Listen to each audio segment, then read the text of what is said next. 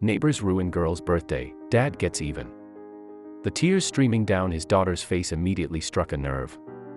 He began to feel the blood pumping in his temples as his blood pressure began to rise. Looking over the fence at his neighbors' smug faces only made things worse. He clenched and unclenched his fists. They had ruined everything. Now, he'd ruin them. He could have just let what had happened go, but Scott Hunter wasn't that kind of man. In fact, his colleagues at the insurance firm had a nickname for him, the Pitbull.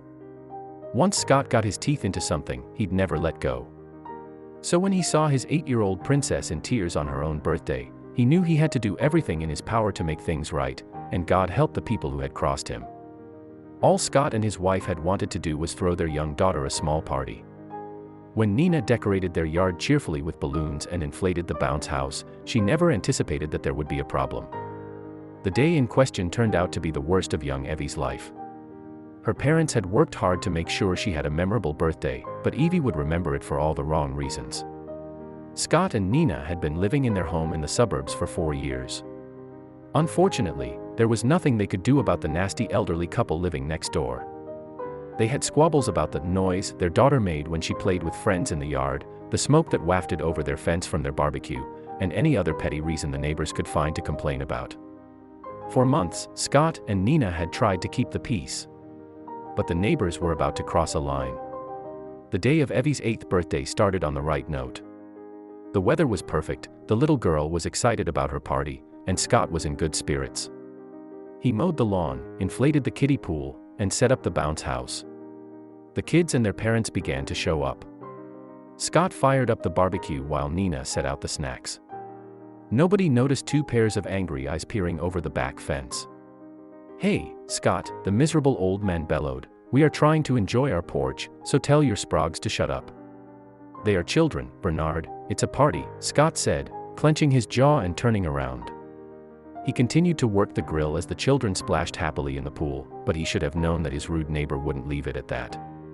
Evie's eyes sparkled when she opened her gifts.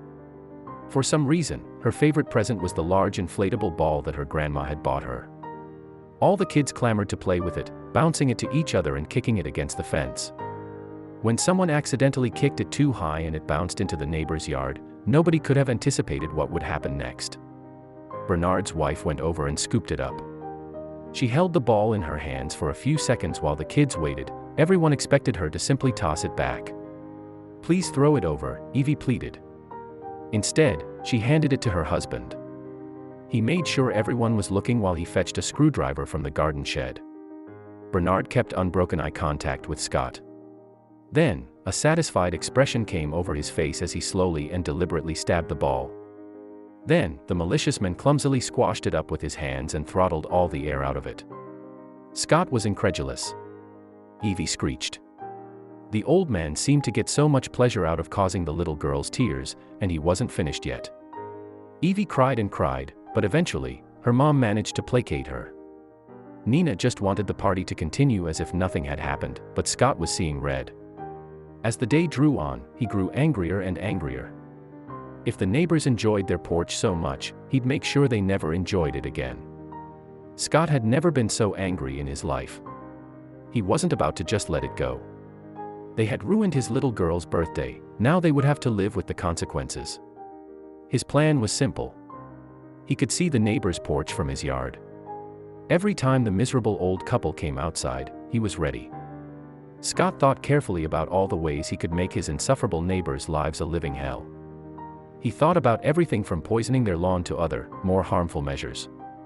But he wasn't a fool, he knew that he couldn't do anything drastic or illegal, so he decided to be an annoyance instead. He'd teach them to make his daughter cry. Every time Scott saw the neighbors sitting on their porch, he'd go to his garage and gleefully fire up his air compressor. Then, he'd make a racket with his gas leaf blower in the yard. At first, the neighbors would complain, but they couldn't compete with the noise. Scott was obsessed with getting payback, but he could bide his time. He'd do it until the couple died or moved out if he had to. He would be a constant reminder of their unacceptable behavior, and he'd never let it go. Scott continued with his noisy regime for years. True to his word, he never let Bernard and his wife enjoy their backyard ever again. He didn't even pretend that he was doing anything other than making as much noise as he could every time they set foot outside.